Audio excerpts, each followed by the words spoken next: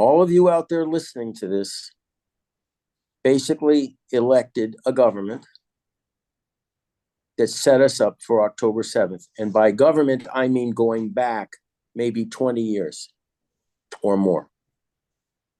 We are responsible.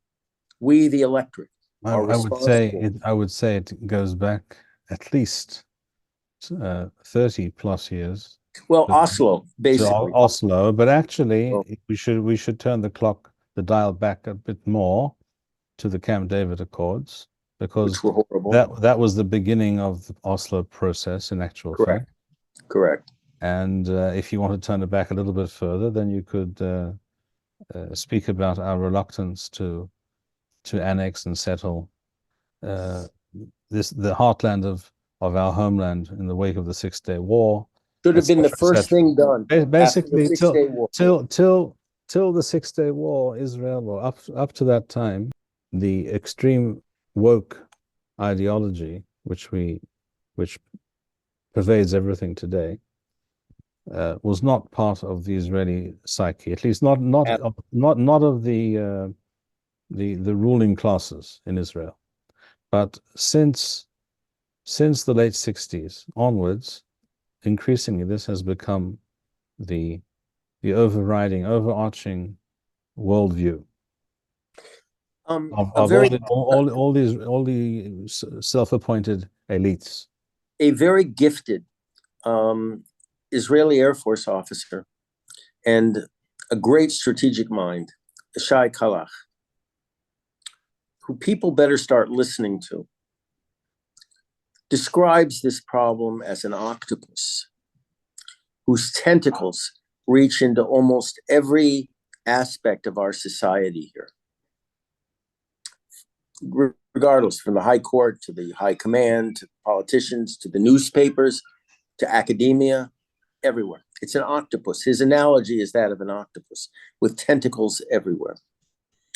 And that the objective of a new government, a true Jewish government, should be to rip this octopus out and cleanse the land of its evil influences.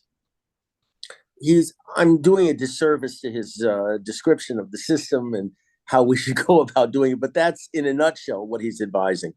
This man, this Jewish warrior, Shai Kalach, was really the only officer that came forward after people like Gallant and Gantz and Eisenkot and others, Yalon, were encouraging military personnel to threaten to quit if the judicial reform package was passed. This man, Shai Kalach, at great professional risk, stepped forward and said, no, you fire these people. You get rid of them. You boot them out of the army and in our Air Force. Get rid of them. We must maintain discipline. As a member of the military, you pledge your loyalty to the land and people of Israel, not to some political party. You keep that out of it. Well, guess what? He was booted out. He was booted out. You can't tell now that he's unhappy or he's been demoralized by it, because he's a fighter by nature. And I have nothing but the highest respect for this Baal Tshuva. What was Shai Kalach's position? He was a very accomplished Air Force pilot, and he was a principal teacher at the Air Force Academy. Till recently? Yeah, until he stood up and said, no, this is wrong. This is wrong. You cannot predicate your loyalty on any kind of political considerations or agenda other than, his version of religious Zionism, his love of country, his fear of God. So we have good people that are ready to step forward and take over and rip this octopus and its tentacles out as completely as they can. but it will require all of us to realize that we cannot keep voting for the same parties over and over again. And by that, I'm focusing directly on the Likud. This party is past its stale date. And I'm sorry to say that. I know a few members of the Likud that are really good people and mean well and are trying their best. But unfortunately, that party is now a major part of the problem. I'm sorry. I mean, that's just the way it goes.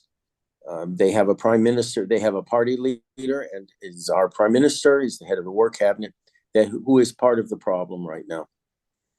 And I'm not giving a pass to Gantz or to Eisenkot or Gallant or anyone. No, of course not. But Netanyahu has been misperceived by many for decades as a right-wing, stalwart, staunchly right-wing nationalist leader of the Jewish standard bearer. And in fact, he never has been any such thing. Never. If you read his books, like A Place Under the Sun or whatever, you read what he's written, and then you compare that to what he actually did, there's a complete disconnect. There's no, you cannot connect the dots at all. No, none. And we all know that there's a way around this problem by simply removing him and putting anybody in his place and getting rid of Gantz and Eisenkot. How do you doing think, away with this fiction of a unity government? I wanted to raise this point with you. How do you think such a change of leadership could be brought about? Are you talking about elections? No, because by the way, I'm sure you know the left, the Israeli left, the extreme left, which knows how to repackage itself every so often, is now flooding the media with these advertisements saying that in order to guarantee unity in the country, we must have elections now. Yeah, well, first of all, we all know that election campaigns always lead to unity, as we all know, and particularly at this time, in the middle of a war. Well, look, I've advocated for something that will not happen, but it's worth repeating. The Likud understands that they're going to be taken to the cleaners at the next election. They could go down to 10 mandates or even less. It's happened before. And it's happened before. Yes, exactly. It happened before. They went down to like 12 or something. 12, I believe. Yeah. And in this case, there are a lot of members who are going to have to go find a job, get a life, get a living, do something productive. It's those members, party members, that basically have to tell the upper 8, 9, or 10 that are going to be there regardless. You either join us and get rid of this problem, or we're not going to vote. We will vote on a what do you call it? A motion of no confidence. A motion of no confidence. We may either sit it out or vote against the government. Plain and simple. It's your choice. You make the choice. You, Nir Barkat. You, Israel Katz. You make the choice. There are certainly you, Lee Edelstein. You make the choice. There are a number of MKs in the Likud who I think would happily do so because they recognize the disaster that Netanyahu truly is. The question is whether there are enough of such people in the Likud. I do not know the answer to that question. It would take 10. That's the magical number. I myself spoke to one such person a couple of weeks ago. Right, I remember you saying that. But it's dangerous talking about rebellion when the king is still alive. It's a little dangerous. But unless you put the welfare of the state and its people ahead of your own, disaster will surely befall not only the Likud, but God forbid the country as well. This is the whole point. People ask me, who is your constituency with me? And my constituency is the land and people of Israel, period. I couldn't care less about myself. I think I've proven that already. I don't care about myself. I care about this wonderful country, its wonderful people, in our God-given mission. That's it. I'm not looking for self-aggrandizement. I'm not looking for headlines. I'm not running a popularity. For sure, I'm not running a popularity contest. And how many MKs actually could be defined that way? There are a few. And those are the ones I'm counting on to put party politics aside and defend our country and its people, rather than their own maintenance of. Jonathan, you have caused me to recall that which Plato writes in his book, The Republic. In book 6, I believe, he writes there, he asks Socrates, in the mouth of Socrates, the statement is made, or the question is asked, of what value are philosophers? Men of great wisdom. And he says, if you ask most people, they will tell you, or his interlocutor says, if you ask most people, they will tell you that they're a waste of time. They're useless. They're of no value. Remember that. And Socrates immediately says, and I agree, that is true. However, he says there are two reasons why that statement is true. A, because yes, a majority of people who call themselves philosophers or thinkers or intellectuals, I mean, the term intellectual probably rings truer nowadays than the word philosopher for many people. And we all know how not on the money most intellectuals are most of the time. Absolutely not. Look at all the nonsense they tried to sell us a few years ago with COVID, with lockdowns, masks. That was just a power grab, that's all.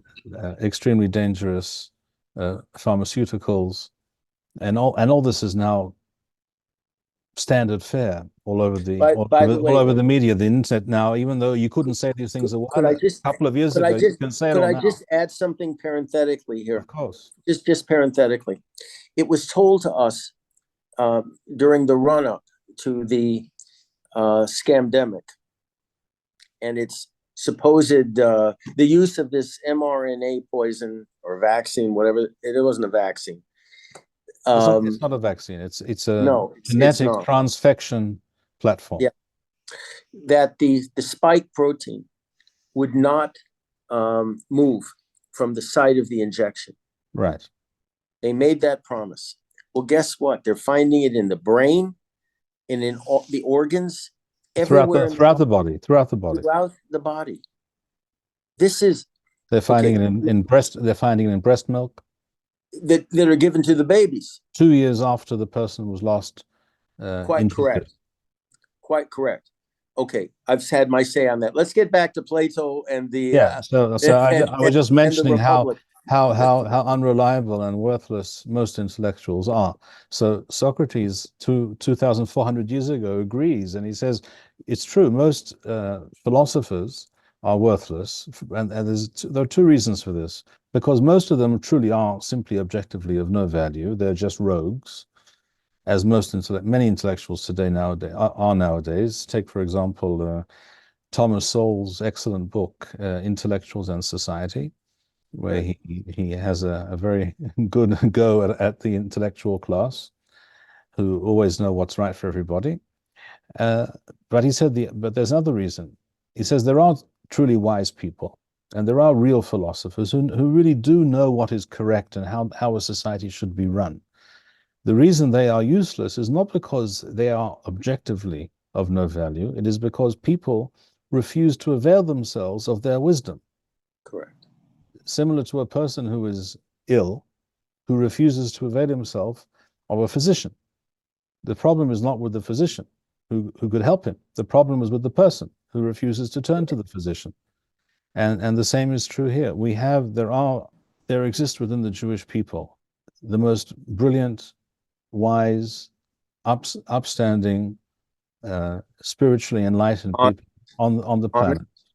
But the public has to somehow be brought around to understand, to the position where they will understand that these are the people who can actually help you and save you.